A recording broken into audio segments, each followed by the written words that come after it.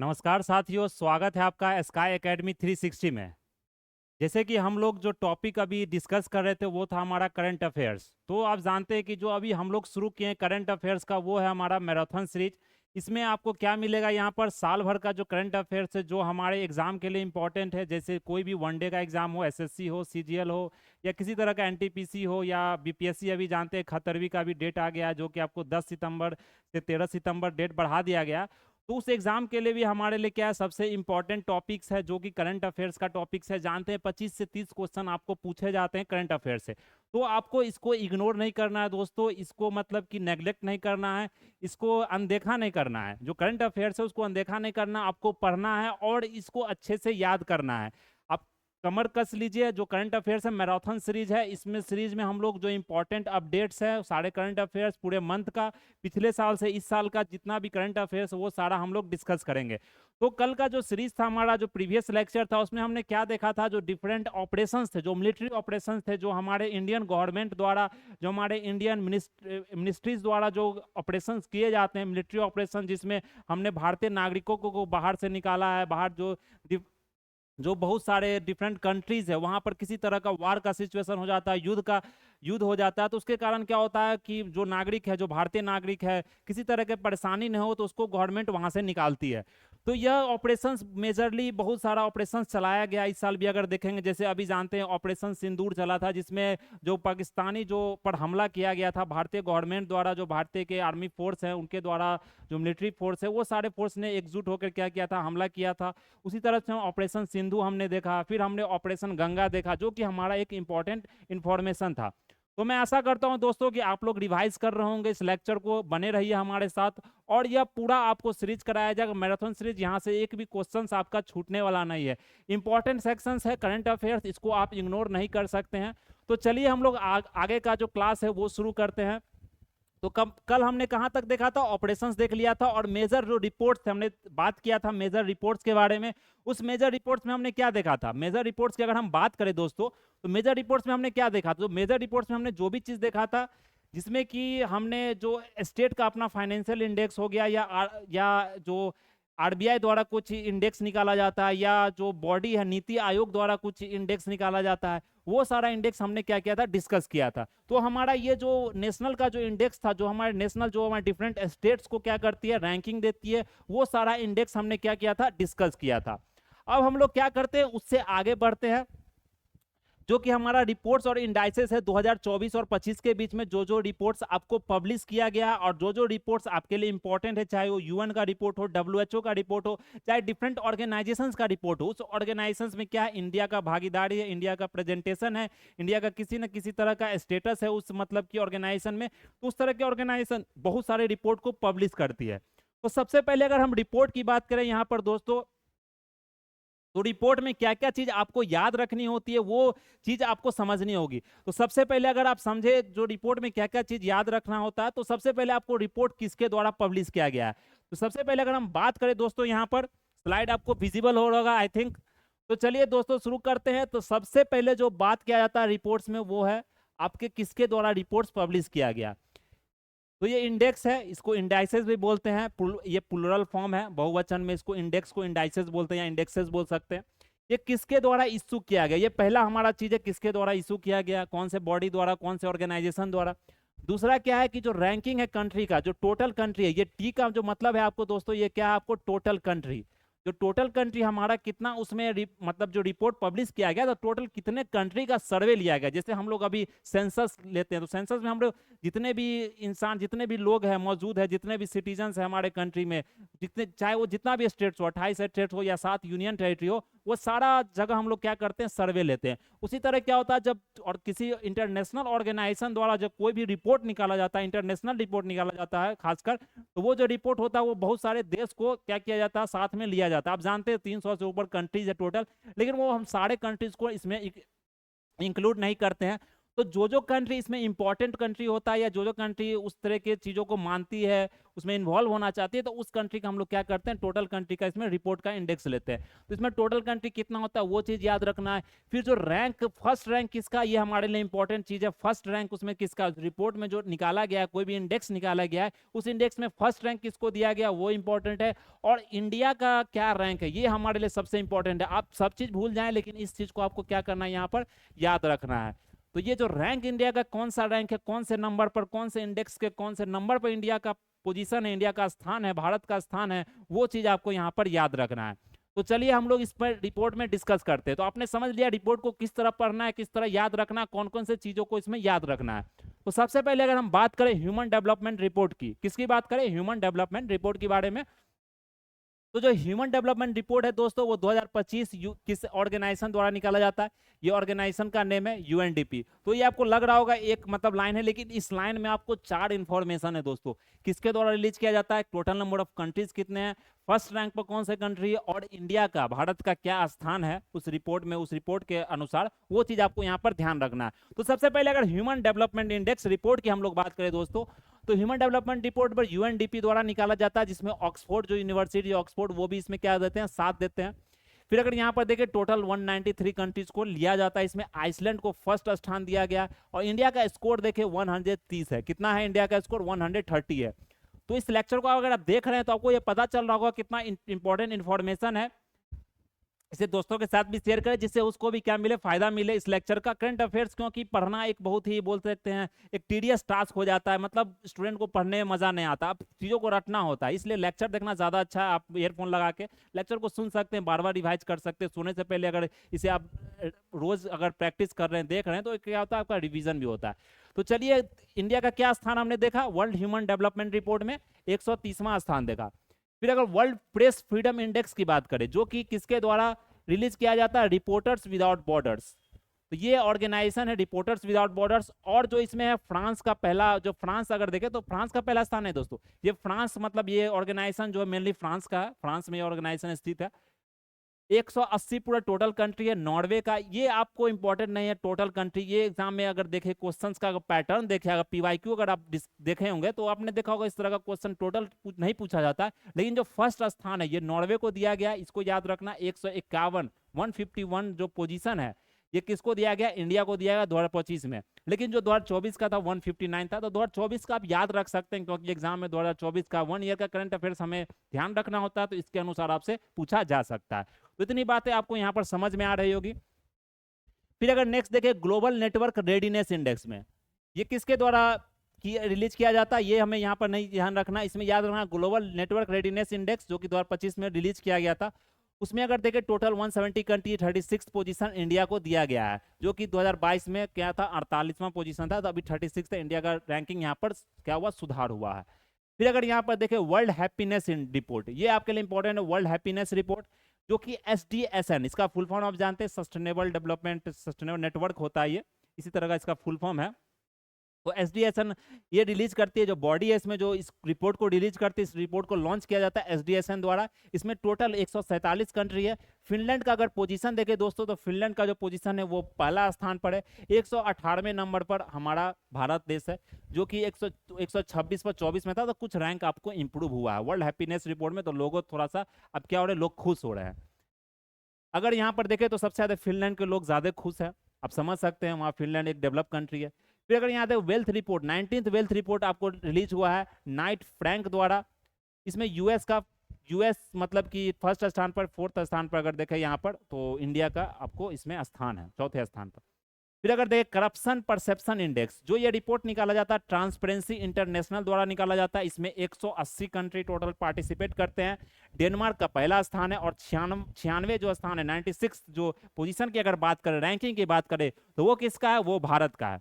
तो इस चीज को आपको बार बार क्या कर रहा है, रिवाइज करना, आपको बोलना है इस चीज को। जब लेक्चर देख रहे तो आप चीजों को बोलिए, तो उससे क्या होगा कि आपको याद होगा। करंट अफेयर्स में थोड़ा रटना पड़ता है दोस्तों, समझने की बात तो समझ लेते हैं, लेकिन रटना भी आपके लिए जरूरत है।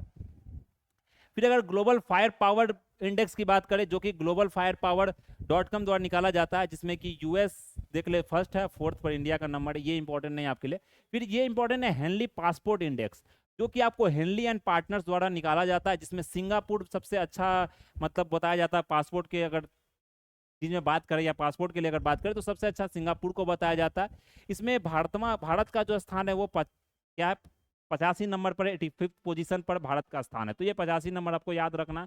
2024 में 80 था, लेकिन 2025 का क्योंकि रिपोर्ट 2025 में रिलीज हो चुका है तो हम 2025 का याद रखें। 2024 का याद करके हम क्या है मतलब ज़्यादा इंफॉर्मेशन भी लोड नहीं चाहिए। तो 2025 का ये आपको याद रखना कितना 50 कितना 85 पोजीशन पर इंडिया का नंबर है। फिर अगर नेटवर्क रेडीनेस इंडेक्स की बात करें तो ये किसके द्वारा, पोर्टुनल इंस्टीट्यूट के द्वारा निकाला जाता है, जिसमें कि भारत का स्थान यहाँ पर 49 देख सकते हैं। कुछ कुछ में भारत का स्थान से भी याद रखना आपके लिए इंपॉर्टेंट है। फिर क्लाइमेट चेंज परफॉर्मेंस इंडेक्स देखें, ये आपके लिए बहुत इंपॉर्टेंट है। ये इन्वायरमेंट क्लाइमेट जो इन्वायरमेंट का करंट अफेयर्स होता है उसमें इस तरह का क्वेश्चन पूछ दिया जाता है। तो क्लाइमेट चेंज परफॉर्मेंस इंडेक्स जो जर्मन वॉच द्वारा निकाला जाता है, किसके द्वारा दोस्तों, जर्मन वॉच द्वारा निकाला जाता है।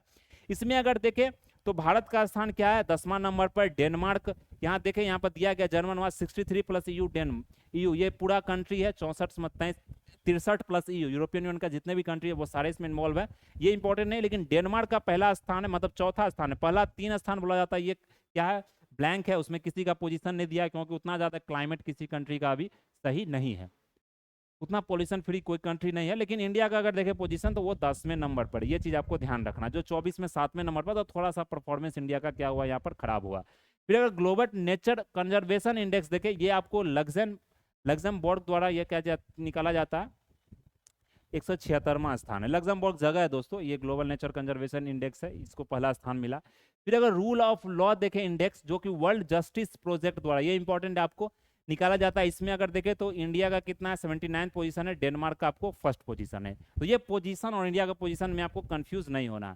फिर ग्लोबल हंगर इंडेक्स की अगर बात करें तो वेल्थ, ये इंपॉर्टेंट है आपको दोस्तों। Global hunger index wealth hunger life द्वारा निकाला जाता है, जो कि जर्मन का एक इंस्टीट्यूशन है। इसमें पूरे से 127 कंट्री हैं। बेलारस की बात करें तो बेलारस का फर्स्ट पोजीशन है। और इंडिया का अगर स्थान की बात करें तो इंडिया के स्थान की अगर बात करें तो यहाँ पर कितना है, 105वां स्थान है इंडिया का, जिसमें कि 27.3 स्कोर दिया गया है किसको, इंडिया को। तो ये चीज आपको यहाँ पर क्या करना है, ध्यान रखना है। फिर अगर नेक्स्ट हम बात करें, इस चीज को आपको याद ही कर लेना, जो क्योंकि ज्यादा ये हमारे पास इंडेक्स नहीं है, फिर भी आपको याद करना होगा। इसे 2 से 3 बार अगर रिवाइज करते हैं आप तो चीजें क्या होगी, दिमाग की आपको जो शॉर्ट टर्म मेमोरी चाहिए लॉन्ग टर्म मेमोरी में आपका जाके बस जाएगी, वहां पर आपको क्या होगा, याद हो जाएगा, इंफॉर्मेशन आप भूलेंगे नहीं। फिर अगर हम नेक्स्ट रिपोर्ट की बात करें, इंडेक्स ऑफ इकोनॉमिक फ्रीडम, कौन है हमारा, इंडेक्स ऑफ इकोनॉमिक फ्रीडम। तो इसमें देखें जो इंडेक्स ऑफ इकोनॉमिक फ्रीडम है दोस्तों, ये फ्रेजर इंस्टीट्यूट द्वारा निकाला जाता है। इसमें अगर इंडिया का स्थान देखें, ये क्या है, 84th नंबर पे इंडिया का मतलब पोजीशन है, 84 नंबर पर है। और ये देखें तो हांगकांग को पहला पोजीशन पर डाला गया। फिर अगर ग्लोबल इनोवेशन इंडेक्स की बात करें, ये इंपॉर्टेंट है दोस्तों, क्योंकि जो वर्ल्ड लेवल पर जो रिपोर्ट निकाला जाता है उसमें ज़्यादा WHO हो गया, WTO हो गया, विपो हो गया, इस तरह के जो ऑर्गेनाइजेशंस होते हैं उन ऑर्गेनाइजेशंस का नाम आपको ज़्यादा इंपॉर्टेंट हो जाता है। तो ये WIPO द्वारा निकाला जाता है। इसका फुल फॉर्म क्या होता है, वर्ल्ड इंटेलेक्चुअल प्रॉपर्टी ऑर्गेनाइजेशन। तो इस तरह का इनोवेशन जो डिफरेंट कंट्रीज में किया जाता है, इनोवेशन में कौन ज़्यादा आगे बढ़ रही है, इस तरह का रिपोर्ट निकाला जाता है। इसमें स्विट्जरलैंड देख ले तो सबसे फर्स्ट पोजीशन पर है। और भारत का जो स्थान है वो कितना, 39 पोजीशन पर आपको भारत का स्थान इसमें दिया गया। पहले 40 पर था, तो एक रैंक इंडिया का क्या हुआ, इसमें इंप्रूव हुआ। तो 39 पोजीशन याद रखना है। 23 का रिपोर्ट याद नहीं रखना आपको, 39 पोजीशन जो 24 का रिपोर्ट है वो याद रखना। फिर अगर एशिया पावर इंडेक्स की बात करें तो ये लॉई इंस्टीट्यूट द्वारा निकाला जाता है, जो कि अगर देखिए इंडिया का 3rd पोजीशन है। फिर वर्ल्ड टैलेंट रैंकिंग की बात करें तो यहाँ पर स्विट्जरलैंड का फर्स्ट पोजीशन और क्या 58 पोजीशन इंडिया का है। फिर AI रेडीनेस इंडेक्स की बात करें तो इंटरनेशनल मॉनेटरी फंड IMF द्वारा निकाला जाता है। ये बॉडी हमको याद रखना है किसके द्वारा, IMF जो ना जानते हैं, जो लोन प्रोवाइड करती है डिफरेंट कंट्रीज को। इसमें देखें तो सिंगापुर का पहला स्थान है रेडीनेस इंडेक्स में। अगर हम देखें यहाँ पर 72वां स्थान किसका है, इंडिया का है। स्कोर इंपॉर्टेंट नहीं है, आपको स्थान याद रखना 72वां। फिर ग्लोबल लाइबिलिटी इंडेक्स की बात करें तो इकोनॉमिक इंटेलिजेंस द्वारा निकाला जाता है, यूनिट द्वारा। इसमें अगर देखें वीना जो ऑस्ट्रिया है उसका क्या है, आपको पहला स्थान है। फिर अगर ग्लोबल एनर्जी ट्रांजिशन इंडेक्स की बात करें, ये वर्ल्ड इकोनॉमिक फोरम द्वारा निकाला जाता है। इसमें भारत का स्थान कितना है, 63वां है। ग्लोबल जेंडर गैप इंडेक्स द्वारा निकाला जाता है वर्ल्ड इकोनॉमिक फोरम द्वारा। तो एक ग्लोबल जेंडर गैप इंडेक्स आता है दोस्तों, एक आता है जेंडर इनइक्वालिटी इंडेक्स। तो दोनों अलग अलग इंस्टीट्यूट, अलग अलग संस्थान द्वारा निकाला जाता है, लॉन्च किया जाता है, पब्लिश किया जाता है। तो वो आपको यहाँ पर ध्यान रखना, कंफ्यूज नहीं करना है। तो global gender gap index world economic forum द्वारा, जिसमें अगर देखें तो आइसलैंड को फर्स्ट पोजीशन, 129वां जो स्थान है वो हम किसको दिए, भारत को इसमें दिया गया है। तो ये चीज आपको यहाँ पर ध्यान रखना है। फिर अगर हम नेक्स्ट आगे बढ़े तो इन्वायरमेंटल परफॉर्मेंस इंडेक्स, जो इन्वायरमेंटल परफॉर्मेंस इंडेक्स है दोस्तों, वो कि येल यूनिवर्सिटी द्वारा निकाला जाता है। उसमें अगर देखें तो इस्तोनिया को पहला पोजीशन और ये 176 पोजीशन आपको इंडिया को दिया गया है। फिर अगर ग्लोबल पीस इंडेक्स की बात करें, जो Institute for Economics and Peace द्वारा निकाला जाता है, इसमें आइसलैंड को पहला पोजीशन और 116वां पोजीशन किसको दिया गया, भारत को दिया गया। फिर ट्रैवल एंड टूरिज्म की बात करें, जो कि वर्ल्ड इकोनॉमिक फोरम द्वारा, तो वर्ल्ड इकोनॉमिक फोरम में हमने देखा ग्लोबल जेंडर गैप इंडेक्स और ट्रैवल टूरिज्म इंडेक्स ये भी निकाला जाता है, इसमें कि अगर देखें तो यूएस को पहला पोजीशन और भारत को 39वां पोजीशन दिया गया। फिर अगर साइबर क्राइम इंडेक्स की बात करें तो इसमें 10th पोजीशन इंडिया को दिया गया। ग्लोबल यूनिकॉर्न इंडेक्स की बात करें तो हुरून इंस्टीट्यूट द्वारा निकाला जाता है, 3rd पोजीशन इंडिया को दिया गया। ह्यूमन डेवलपमेंट इंडेक्स की बात करें, जैसे हमने देखा था यूएनडीपी द्वारा, जिसमें कि इंडिया को 134th पोजीशन, कम से कम ह्यूमन डेवलपमेंट इंडेक्स आपको याद रखना पड़ेगा। फिर जेंडर इनइक्वालिटी इंडेक्स, हमने बात किया था ना अभी ग्लोबल, किसमें बात किया था, ग्लोबल जेंडर गैप इंडेक्स में, ये जो हमारा था। और जेंडर इनइक्वालिटी, स्टूडेंट यहाँ पर कंफ्यूज कर जाते हैं, एग्जाम में भी एग्जामिनर क्या करते हैं, इसी तरह का क्वेश्चन सेट करते हैं, जो क्वेश्चन सेटर होते हैं कि स्टूडेंट क्या करे, कंफ्यूज करे। तो आपको याद रखना है ग्लोबल जेंडर गैप इंडेक्स और जेंडर इनइक्वालिटी इंडेक्स। तो अगर जेंडर इनइक्वालिटी इंडेक्स की हम बात करें तो उसमें आप देखेंगे जो इंडिया को 108वां स्थान दिया गया, इसमें फिनलैंड को फर्स्ट स्थान दिया गया। अगर इसमें इसमें देखा था तो आइसलैंड को फर्स्ट दिया गया, इसमें फिनलैंड को दिया गया। इंडिया के 108वां पोजीशन, इसमें 129 पोजीशन है। फिर इंटेलेक्चुअल प्रॉपर्टी इंडेक्स की बात करें तो ये ग्लोबल इनोवेशन पॉलिसी द्वारा निकाला जाता है, इसमें अगर देखें तो 42nd पोजीशन इंडिया को दिया गया। फिर टॉम टैरिफ इंडेक्स की बात करें, जो टैरिफ ट्रैफिक इंडेक्स की बात करें, जो कि ट्रांसपेरेंसी इंटरनेशनल द्वारा निकाला जाता है, ये आपको अगर देखें तो बेंगलुरु को आपको रैंक दिया गया 6 इंडिया की अगर बात करें तो, इसमें लंदन को सबसे ऊंचा रैंक दिया गया। ग्लोबल डेमोक्रेसी इंडेक्स की अगर हम बात करें यहाँ पर दोस्तों, ग्लोबल डेमोक्रेसी इंडेक्स, कौन इंडेक्स, ग्लोबल डेमोक्रेसी इंडेक्स, तो वो इकोनॉमिक इंटेलिजेंस यूनिट द्वारा निकाला जाता है, इसमें इंडिया को 41st पोजीशन दिया गया। फिर ग्लोबल यूनिकॉर्न रैंकिंग की बात करें तो अमेरिका और इंडिया को 3rd दिया गया, फर्स्ट अमेरिका है। ग्लोबल पेंशन इंडेक्स की बात करें तो pension index Mercer CFA institute द्वारा निकाला जाता है, इसमें इंडिया को 45th पोजीशन आपको दिया गया। तो ये चीज आपको क्या करना है, यहाँ पर ध्यान रखना है। अगर हम आगे यहाँ पर देखें, ग्लोबल क्रिप्टो एडॉप्शन इंडेक्स, ये किसके द्वारा दिया जाता है यहाँ पर, ग्लोबल क्रिप्टो एडॉप्शन इंडेक्स, ये क्रिप्टो एनालिसिस फर्म्स चैनलाइसिस, ये अगर बात करें इसके द्वारा दिया जाता है यहाँ पर। अगर देखें तो इंडिया का यहाँ पर फर्स्ट पोजीशन है क्रिप्टो एडॉप्शन इंडेक्स में। ह्यूमन फ्रीडम इंडेक्स की अगर बात करें तो ये कैटो इंस्टीट्यूट एंड फ्रेजर इंस्टीट्यूट द्वारा निकाला जाता है, इसमें इंडिया का 109th पोजीशन है। फिर ग्लोबल टैलेंट कॉम्पिटिटिव इंडेक्स की बात करें तो ये इंस्टीट्यूट बिजनेस स्कूल द्वारा निकाला जाता है, जिसमें इंडिया का 1/3 पोजीशन है, फर्स्ट कितना है, स्विट्जरलैंड का। तो इतना आपको क्या करना है, यहाँ पर चीज़ें याद रखनी है। जो इंडेक्स हमारा ज़्यादा नहीं है, कम से कम इसमें आप 15-20 भी जो इंपॉर्टेंट है वो याद रख लेते हैं, तो आपका एग्जाम में इस तरह का क्वेश्चन अगर पूछा जा रहा तो वो आपसे क्या होगा, यहाँ से बन जाएगा क्वेश्चन, आप वहाँ पर गलत करके नहीं आएंगे। बहुत सारे स्टूडेंट इंडेक्स का टॉपिक को छोड़ देते हैं, इंडेक्स हमारे लिए इंपॉर्टेंट, एक भी क्वेश्चन आपके लिए मायने रखता है दोस्तों। पॉइंट नंबर से स्टूडेंट का मेंस छूट जाता है। अगर आप बीपीएससी पीटी की देखें, बहुत सारे दोस्तों मैंने देखा है, स्टूडेंट को देखा है, पॉइंट नंबर से यूपीएससी बीपीएससी छूट जाता है। मेरा भी यूपीएससी का यही कारण रहा है, जीएस में अच्छा नंबर आ गया, थोड़ा सा पॉइंट नंबर से सीसेट रह गया, तो ये बहुत अफसोस की बात होती है। उस समय लोग को अफसोस भी होता है, लेकिन वो मायने रखता है, 1 नंबर 2 नंबर भी, तो एक एक क्वेश्चन आपके लिए इंपॉर्टेंट हो जाता है। और ये करंट अफेयर्स का टॉपिक है, तो इसमें जो इंपॉर्टेंट है वो हम लोग यहाँ पर क्या किए अभी डिस्कस किए। तो ये मेनली आपका रिपोर्ट से रिलेटेड है। अब जो नेक्स्ट हमारा एक टॉपिक है दोस्तों, इकोनॉमिक सर्वे है। क्या है, इकोनॉमिक सर्वे है। आप जानते हैं दोस्तों, जो इकोनॉमिक सर्वे होता है वो क्या होता है, बजट से पहले रिलीज किया जाता है, बजट से एक दिन पहले रिलीज किया जाता है। अगर आप किसी भी स्टेट का एग्जाम दे रहे हैं, जैसे आप यूपी पीसीएस दे रहे हैं, यूपी का एग्जाम दे रहे हैं, उत्तर प्रदेश का दे रहे, तो आपको यूपी का भी बजट को पढ़ना पड़ता है। उसी तरह अगर बीपीएससी का पीटी का, जैसे अभी हाल फिलहाल में एग्जाम होने वाला है 13 सितंबर 10 सितंबर को डेट फिक्स किया गया, चाहे बीपीएससी टीआरई का एग्जाम दे रहे या बीपीएससी का किसी तरह का सीजीएल कोई भी, तो बिहार का जो हमारा करंट अफेयर्स है उसमें बिहार का जो इकोनॉमिक सर्वे है, बिहार का जो बजट है, वो आपके लिए भी ज़्यादा इंपॉर्टेंट हो जाता है। तो इंडिया को बजट आपको पढ़ना है, जो यूनियन गवर्नमेंट का जो बजट है, जो हमारे भारत सरकार द्वारा निकाला जाता है, वो बजट भी आपको पढ़ना है। और जो बिहार का बजट है स्टेट का, वो भी आपको पढ़ना होता है। तो अभी हम लोग क्या करेंगे, इकोनॉमिक सर्वे और इकोनॉमिक जो बजट है वो इंडिया का देखेंगे, पूरा इंडियन कॉन्टिनेंट, मतलब पूरा, मतलब बोलते हैं भारत का बजट देखेंगे वो। तो इसमें इकोनॉमिक सर्वे की अगर हम बात करें तो कुछ हिस्ट्री इकोनॉमिक सर्वे का जान लेते हैं। करंट अफेयर्स में आपको मैं कुछ इस टॉपिक इस तरह से पढ़ाऊंगा कि ये नहीं कि सिर्फ आपको सिर्फ मैं फैक्ट्स रटवा रहा हूँ, आप उसी से मतलब निकल रहे हैं, आप लेक्चर को मैंने कंप्लीट कर दिया। इसमें इस तरह का भी पोर्शन होगा, जैसे आप बजट है तो बजट का कौन आर्टिकल में बजट आता है, तो थोड़ा सा आपका जीएस पोर्शन भी इसमें क्या होगा, मजबूत होगा, और वो आपका रिवाइज हो जाएगा। तो अगर हम इकोनॉमिक सर्वे की बात करें दोस्तों, तो इकोनॉमिक सर्वे में देखे जो रिलीज किया गया था, 1 डे बिफोर रिलीज किया जाता है, ये हमारा ध्यान रखना है। इसमें 1 डे बिफोर रिलीज किया जाता है यूनियन बजट के। और जो इकोनॉमिक सर्वे 2025 जो पब्लिश हुआ था 31 जनवरी को, आप जानते हैं बजट अब क्या होता है 1 फरवरी को रिलीज किया जाता है। तो इकोनॉमिक सर्वे एक दिन पहले क्या हो गया, 31 जनवरी, जनवरी 31 का मंथ होता है, तो 31 जनवरी को रिलीज किया जाता है। ये जो प्रिपेयर किया जाता है ये भी हमारे लिए इंपॉर्टेंट है। ये इस तरह का इन्फॉर्मेशन इकोनॉमिक्स में आपको, जो इकोनॉमिक्स से रिलेटेड जो जीएस का क्वेश्चन होता है दोस्तों, उसमें ये पूछा जाता है बजट किस डिपार्टमेंट द्वारा, इकोनॉमिक सर्वे किस डिपार्टमेंट द्वारा निकाला जाता है। सभी जानते हैं कि रिवेन्यू फाइनेंशियल डिपार्टमेंट द्वारा निकाला जाता है, लेकिन उसमें भी स्पेसिफिक लोग होते हैं, स्पेसिफिक पोजीशन होता है ऑफिसर का, जो ऑफिसर इस बजट को क्या करते हैं, बनाते हैं। तो ये चीज आपको ध्यान रखना होता है। तो अगर देखें यहाँ पर, it is prepared by the department of economic affairs under the ministry of finance. तो फाइनेंस के अंदर बनाया जाता है, लेकिन ये डिपार्टमेंट ऑफ इकोनॉमिक अफेयर्स द्वारा बनाया जाता है। किसके द्वारा बनाया जाता है, डिपार्टमेंट ऑफ इकोनॉमिक अफेयर्स द्वारा।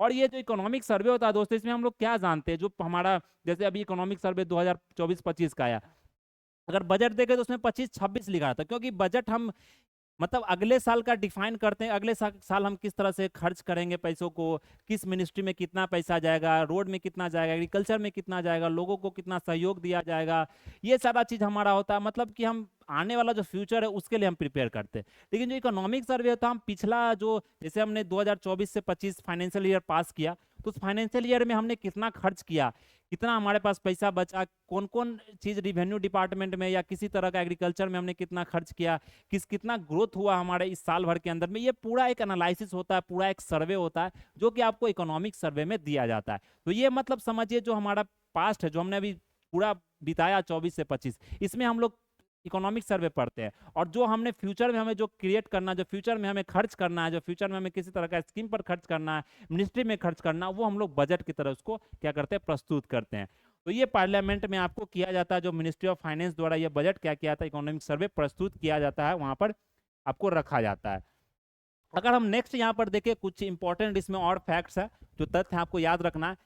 ये क्या होता है आपको दोस्तों, it provides an elaborated analysis of the economic performance. जो हमने देख लिया, जो प्रीवियस ईयर्स का इकोनॉमिक जो परफॉर्मेंस होता है, जो 2024 से 25 का, उसको हम लोग क्या करते हैं, एनालाइज करते हैं, उसको पूरा बताते हैं, लोगों को बताते हैं कि गवर्नमेंट ने किस तरह से क्या खर्च किया है, किस तरह से क्या इंप्रूवमेंट किया, ये सारा चीज इसमें बताया जाता है। और कुछ रिकमेंडेशन भी, पॉलिसी रिकमेंडेशन दिया जाता है। अगर हम, हमारे लिए सबसे जो इंपॉर्टेंट बात है दोस्तों, यहाँ इकोनॉमिक सर्वे जो सबसे पहले प्रेजेंट किया था 1951, आप जानते हैं 1950 में जो हमारा देश 1947 में ही आज़ाद हो गया था। लेकिन अगर मेन जो देखे, जो कॉन्स्टिट्यूशन, जो संविधान जो पूरी तरीके से बना था, जो पूरी तरीके से संविधान को अडॉप्ट किया गया था, संविधान को इनेक्ट किया गया था, वो कब किया गया था, 1950 में किया गया था। 26 जनवरी 1950 सभी लोग जानते हैं, जिसके हम लोग क्या करते हैं, जिसके लिए हम लोग गणतंत्र दिवस भी मनाते हैं। तो ये आपको 1950, उसी समय क्या होता कि जो मतलब आप जानते हैं कि पूरा जो कॉन्स्टिट्यूएंट असेंबली था, जो मतलब पूरा कैबिनेट था, उसका पूरा गठन हो गया था। उसमें फाइनेंस मिनिस्टर का जो सारा पोस्ट था, वो सारा पोस्ट डिफाइन हो गया था। उसमें पहला बजट आपको इकोनॉमिक सर्वे निकाला गया था। ये यूनियन बजट का आपको क्या था, तो लेकिन अगर देखें सिंस 1964 क्या हुआ, it has been presented as a standalone document. तो जब 1950 में ये चीज शुरू किया गया था दोस्तों, बजट और इकोनॉमिक सर्वे, तो इसमें बजट के साथ ही हम लोग इकोनॉमिक सर्वे क्या करते थे, प्रस्तुत कर देते थे, मतलब प्रेजेंट करते थे पार्लियामेंट में, संसद में। लेकिन अगर देखें हम 1964 से क्या किए, यहाँ पर ये बजट को हमने स्टैंड अलोन डॉक्यूमेंट, मतलब अलग से हम इसे बजट के एक दिन पहले, मतलब जैसे आज हम मतलब इकोनॉमिक सर्वे प्रेजेंट कर रहे हैं 31 इसको जनवरी को, तो हम 1 फरवरी को क्या करेंगे, बजट पेश करेंगे। तो ये आपको यहाँ पर ध्यान रखना है। तो ये 1964 से शुरू हुआ। तो ये डेट आपसे पूछा जा सकता है इकोनॉमिक्स में। इकोनॉमिक्स आप जानते हैं 5 ईयर प्लान, इस तरह का चीजें इकोनॉमिक सर्वे से कुछ, या अगर आप देखें तो कौन से मतलब आर्टिकल्स में आता है बजट, तो ये भी चीज आपसे पूछा, तो वो हम लोग आगे डिस्कस करेंगे। फिर अगर इकोनॉमिक सर्वे देखें तो पार्लियामेंट में 31 जनवरी को हमारे जो ऑनरेबल फाइनेंस मिनिस्टर है, आप जानते हैं निर्मला सीतारमन जी है, तो उनके द्वारा यह बजट या जो इकोनॉमिक सर्वे या पेश किया जाता है या उनको प्रस्तुत किया गया पार्लियामेंट में। तो ये चीज़ आपको यहाँ पर ध्यान रखना है। इसमें सबसे इंपॉर्टेंट जो बात है जो आपको ध्यान रखना है, इसमें 13 चैप्टर्स। बजट में क्या होता है दोस्तों, चैप्टर्स इंक्लूड होता है। चैप्टर्स मीन्स क्या हो गया कि मतलब कुछ एग्रीकल्चर पर बेस्ड होगा, कुछ एमएसएमई पर होगा, कुछ मतलब एम्प्लॉयमेंट पर होगा, कुछ फार्मर के लिए होगा। तो ये चैप्टर्स है दोस्तों। तो ये सारा चैप्टर सारा मतलब कि जैसे इंडेक्स होता है ना, सारे मतलब अलग अलग इंडेक्स में अलग अलग चीज़ों के बारे में आपको व्याख्या किया जा रहा है, बताया जा रहा है, ये सारा चीज़ चैप्टर्स में इंक्लूड होता है। तो ये चीज़ आपको क्या करना है वहाँ पर ध्यान रखना है। उसी तरह अगर नेक्स्ट देखें यहाँ पर, तो उसी तरह हम जो क्या करेंगे अलग अलग चैप्टर्स को यहाँ डिस्कस करेंगे। तो इसमें आपके देखिए सबसे बड़ी जो बात यहाँ पर है, जो इंपॉर्टेंट जो फैक्ट्स है, जो मतलब महत्वपूर्ण जो आपको चीजें याद रखने हैं यहाँ पर, वो चीज है कि यहाँ पर फैक्ट्स क्या होता है, इकोनॉमिक सर्वे और बजट के टाइप में जो क्वेश्चन पूछा जाता है वो फैक्चुअल पूछा जाता है। इसमें किसी तरह का कंसेप्चुअल क्वेश्चंस आपको नहीं बनते हैं, इसमें फैक्चुअल क्वेश्चन बनते हैं। इसमें पॉइंट फॉर्म में जैसे फिजिकल डेफिसिट क्या है, कितना ग्रोथ रेट है, कितना एग्रीकल्चर बढ़ा, कितना सर्विस सेक्टर बढ़ा, कितना मतलब फीमेल पार्टिसिपेशन रेट है, कितना मतलब कि वे एक तरह से बोल सकते हैं फैक्ट मतलब डाटा जो बेस्ड क्वेश्चन होता है ना, वो डाटा पर क्वेश्चन पूछा जाता है। अब पॉइंट से ऊपर नीचे आपके साथ मतलब उसमें खिलवाड़ किया जाता है ऑप्शंस को लेकर। तो इसमें बहुत सारे क्वेश्चन बहुत सारे स्टूडेंट क्या करते हैं, कंफ्यूज करते हैं। तो ये चीज आपको क्या करना है दोस्तों, याद रखना है। तो इतनी बातें आपको समझ में आ रही होगी। फिर अगर नेक्स्ट हम लोग यहाँ पर देखें, पहला क्या हमारा स्टेट ऑफ द इकोनॉमी, जो 13 चैप्टर्स है उसमें पहला स्टेट ऑफ द इकोनॉमी। तो हम सारे चैप्टर्स को क्या करते हैं बारी बारी से यहाँ पर क्या करते हैं देखते हैं, उसको रिवाइज करते हैं। तो इंडिया जो रियल जीडीपी ग्रोथ है उसको प्रोजेक्ट किया गया था फाइनेंशियल ईयर 2025 में 6.4%। इतना क्या किया था, प्रोजेक्ट किया गया था। जो ग्लोबल जीडीपी है वो 3.3% से बढ़ा 2023 में, जो कि स्लाइटली हायर था 3.2% से। फिर अगर जीडीपी ग्रोथ की देखें, एक्सपेक्ट किया है 6.3% से 6.8% फाइनेंशियल 2024 में एक्सपेक्ट किया जा रहा है कि इतना ग्रोथ रेट आपको होगा। फिर अगर रिटेल इन्फ्लेशन जो डिक्लाइन किया 4.9% फाइनेंशियल ईयर 2025 में।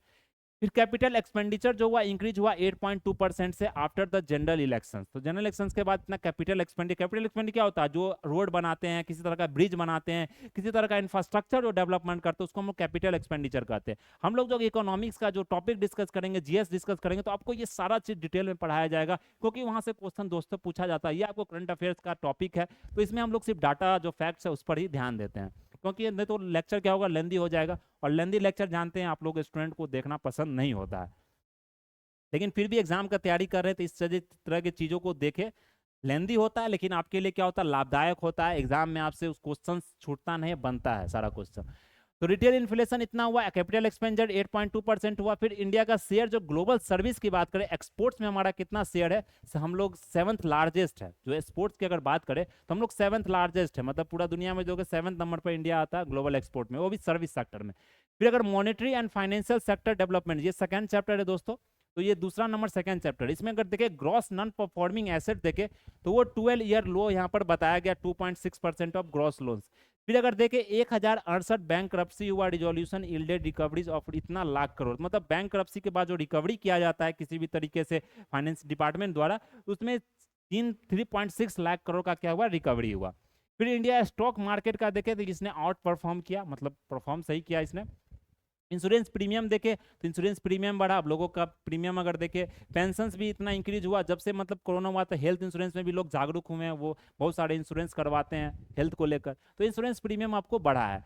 फिर अगर नेक्स्ट चैप्टर की बात करें एक्सटर्नल सेक्टर, तो एक्सटर्नल सेक्टर क्या हुआ है कि ये ग्रो किया आपको 6% से, सर्विस सेक्टर 11.6% से।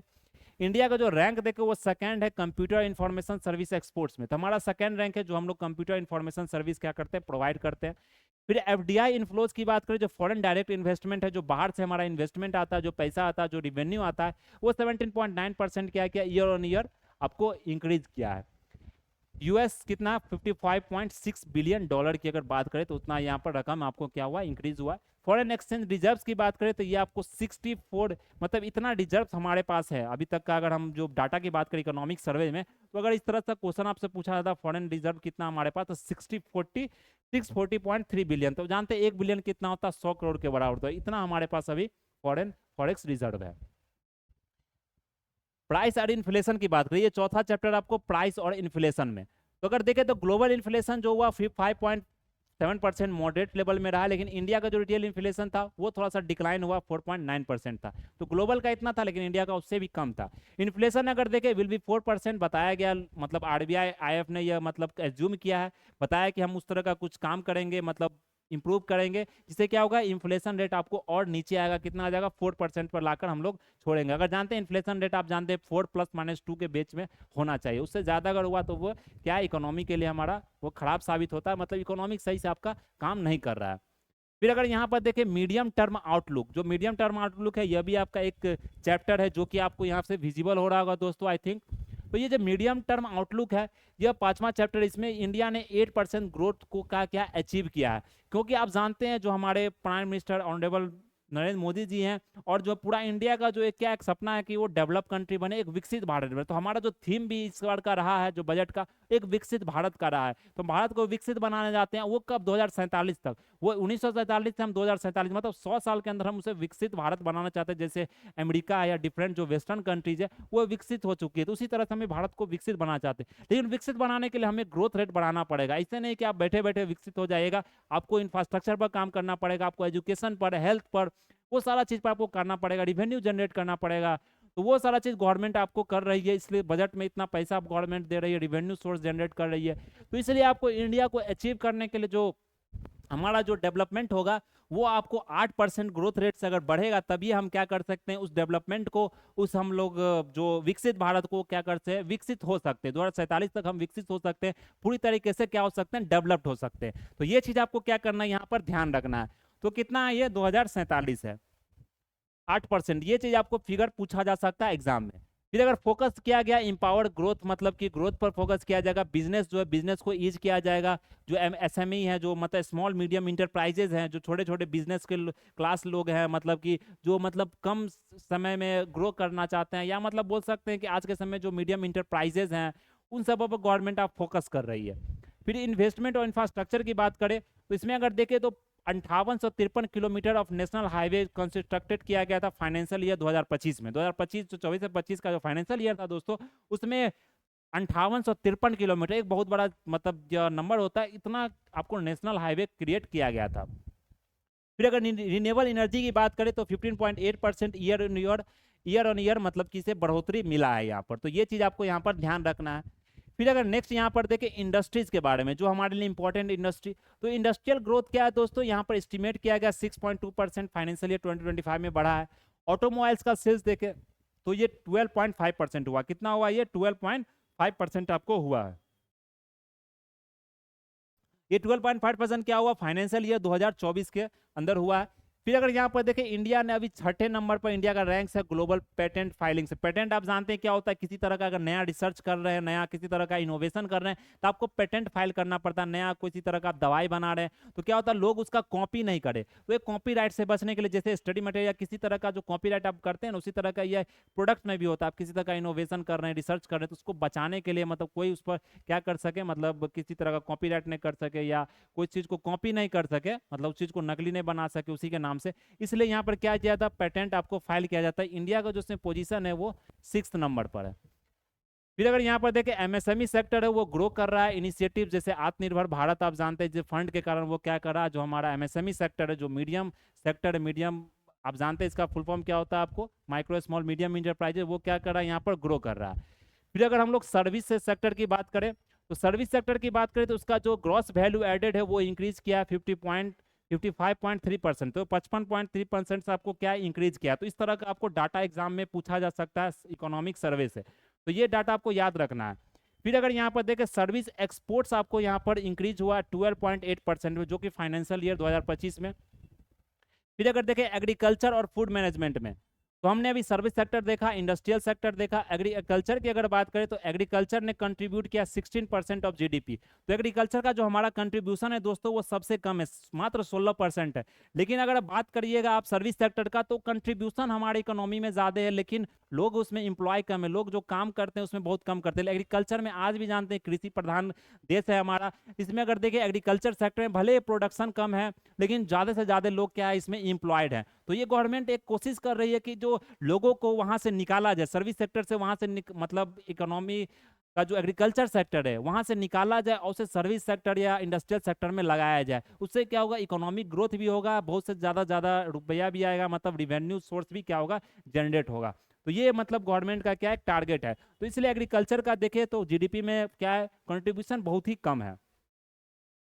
फिर फूड ग्रेन का प्रोडक्शन की बात करें तो ये ग्रो किया 89.37 लाख मिलियन टन से। तो ये चीज आपको यहाँ पर याद रखना, ये पूछा भी गया था एक बार, 89.37। फिर फिशरीज और लाइव स्टॉक सेक्टर की बात करें तो इसने भी ग्रोथ किया। एमएसपी सेक्टर की बात करें, जो तूर और बाजरा, आप जानते हैं मिनिमम सपोर्ट प्राइस बहुत सारे फसल को दिया जाता है, अभी लगभग 21 से 22 फसल को दिया जाता है, जिसमें तूर और बाजरा को इंक्रीज किया गया। उसमें मतलब जो एमएसपी है उसके लिए मिनिमम सपोर्ट प्राइस है वो क्या किया गया, बढ़ाया गया। कितना परसेंट, 59% से और 77% से जो रिस्पेक्टिवली आपको यहाँ पर दिया गया। तो ये स्लाइड से आपको यहाँ पर दिख जाएगा। फिर अगर क्लाइमेट और इन्वायरमेंट की बात करें तो नॉन फॉसिल फ्यूल पावर, जो मतलब कि फॉसिल फ्यूल आज के समय में जो कोयला हम ईंधन यूज करते हैं, उस तरह के ईंधनों से आप गवर्नमेंट क्या करे, उसको फेज आउट कर रही है, और नया ईंधन जो आज के समय रिन्यूएबल एनर्जी है, जैसे सोलर पावर हो गया या विंड एनर्जी हो गया या जियोथर्मल हो गया, हाइडल हो गया, इस तरह की एनर्जी को गवर्नमेंट आप प्रमोट कर रही है। तो नॉन फॉसिल फ्यूल का जो अगर बात करें यहाँ पर जनरेशन कैपेसिटी, वो 46.8% से क्या हुआ, इंक्रीज हुआ है।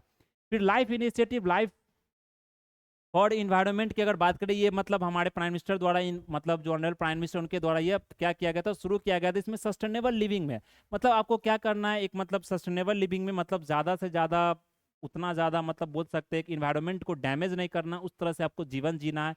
मतलब पर्यावरण को आपको दूषित नहीं करना, पर्यावरण को बचा कर रखना, उस तरह से आपका खान पान भी होना चाहिए, आपका मतलब जीवन जो शैली है उसी तरह से होना चाहिए। तो ये मतलब प्रमोट किया जा रहा है, जिसमें अगर बताया जा रहा है कि ग्लोबली अगर सेविंग किया जाए, इस तरह का लाइफ जिया जाएगा, तो यूएस डॉलर में 440 बिलियन डॉलर आपको सेव किया जा सकता है 2030 तक। तो समझ रहे हैं 640 बिलियन तो हमारा क्या है, मतलब कि फॉरेक्स रिजर्व है। तो इतना ज़्यादा आप सेव कर सकते हैं, मतलब एक सस्टेनेबल लिविंग आप अगर जी रहे हैं, अच्छे तरीके से जी रहे हैं, मतलब एक मतलब बोलते हैं इन्वायरमेंटलिस्ट की तरह आप जी रहे हैं। फिर इंडिया का जो कार्बन सिंक है दोस्तों, वो इंक्रीज हुआ 2.2 बिलियन टन CO2 इक्विवेलेंट अगर देखें तो। फिर अगर नेक्स्ट सोशल सेक्टर की बात करें तो उसमें एक्सपेंडिचर सोशल सर्विस पर आपको 15% क्या हुआ, इंक्रीज हुआ है। फिर गवर्नमेंट हेल्थ एक्सपेंडिचर की बात करें तो 29% से 48% हुआ, हेल्थ पर हमारा ज़्यादा खर्च हो रहा है। फिर आयुष्मान भारत की बात करें तो उसने 1.25 लाख मतलब समझ सकते हैं 1.25 लाख करोड़ यहाँ पर उसने क्या किया, सेव किया। फिर अगर नेक्स्ट हमारा देखें एम्प्लॉयमेंट एंड स्किल डेवलपमेंट की, तो उसमें गवर्नमेंट ने क्या किया है, मतलब एम्प्लॉयमेंट का थोड़ा सा मतलब बोलते हैं जनरेशन किया, एम्प्लॉयमेंट को बढ़ाया, जिसमें हमारा एम्प्लॉयमेंट 3.2% क्या हुआ, डिक्लाइन हुआ है। फिर अगर इमर्जिंग सेक्टर्स की बात करें, जैसे डिजिटल इकोनॉमी हो गया, रिन्यूएबल एनर्जी हो गया, इसने क्या किया, एम्प्लॉयमेंट अपने लोगों को क्या किया, यहाँ पर जॉब दिया है। तो ये 12वां चैप्टर था। उसी तरह से हमारा 13 है जो लास्ट नंबर है, लास्ट बट नॉट लिस्ट, आप देख सकते हैं labour in the AI era. आप जानते हैं आज के समय में जो आर्टिफिशियल इंटेलिजेंस की बात करते हैं हम लोग, आर्टिफिशियल इंटेलिजेंस को, तो उसको एक गवर्नमेंट आपको ज़्यादा फोकस कर रही है, हर एक चीज़ में आर्टिफिशियल इंटेलिजेंस को आपको लाया जा रहा है। तो इसमें क्या बताया जा रहा है कि इंडिया का जो यंग टेक से भी पॉपुलेशन है उसको मतलब एडवांटेज दिया जा रहा है, स्कूल कॉलेज में हर एक जगह इस एआई को क्या किया जा रहा है, सिलेबस में भी ऐड किया जा रहा है प्रोडक्टिविटी बढ़ाने के लिए। फिर बहुत सारे गवर्नमेंट, प्राइवेट सेक्टर और एकेडमिया को क्या किया जा रहा है, मतलब कि एकजुट किया जा रहा है, हर एक जो मतलब जितने भी आपको कोलैबोरेशन किया जा रहा है कि जिसके क्या हो, एआई का मतलब कि प्रयोग बढ़े, चाहे हम किसी भी मतलब सेक्टर में यूज करें, चाहे वो इकोनॉमी हो, पॉलिटी हो, किसी भी सेक्टर में अगर आप बात करें आप, तो स्पेस सेक्टर हो, तो सारा जगह एआई का आज के समय बहुत ज़्यादा यूज हम जानते हैं। जितना भी मोबाइल से यूज करते हैं या कोई भी चीज़, इंटरनेट सेक्टर में आज एआई का क्या है, सबसे ज़्यादा योगदान है। तो ये चीज़ हमारा क्या था आज का, यहाँ पर देख सकते हैं आप, हमने इकोनॉमिक सर्वे का 13 चैप्टर डिस्कस कर लिया, और 13 चैप्टर में जो हमारा इंपॉर्टेंट जो टर्म्स था, जो इंपॉर्टेंट जो फैक्ट्स है, जो तथ्य है, जो डाटा है, वो आपको यहाँ पर ध्यान रखना है। अब देखेंगे हम लोग क्या करेंगे, यूनियन बजट देखेंगे। तो हम अगला टॉपिक यूनियन बजट की रखते हैं, क्योंकि एक बड़ा टॉपिक है बजट में, इकोनॉमिक सर्वे से वो ज़्यादा उसमें आपको क्या होता है, पढ़ना होता है, ज़्यादा उसमें फैक्ट्स होते हैं, ज़्यादा डाटा होते हैं, तो वो सारा टॉपिक हम लोग डिस्कस करेंगे यूनियन बजट के क्लास में। तो हम लोग नेक्स्ट टॉपिक यूनियन बजट का लेंगे, उसमें हम लोग क्या करेंगे, उस चीज़ को वहाँ पर डिस्कस करेंगे। तो अगर बात करें तो हम लोग आज के लिए यहीं पर मतलब क्या करते हैं, इस लेक्चर को एंड करते हैं। नेक्स्ट लेक्चर हम लोग क्या करेंगे, यूनियन बजट के बारे में पढ़ेंगे, जिसमें आपको ये सारा चीज़ हम लोग वहाँ पर डिस्कस करेंगे, जो हमारे लिए क्या है वहाँ पर सबसे इम्पोर्टेंट है। तो दोस्तों आपको कैसा लगा लेक्चर, जरूर बताएं और हमारे साथ जुड़े।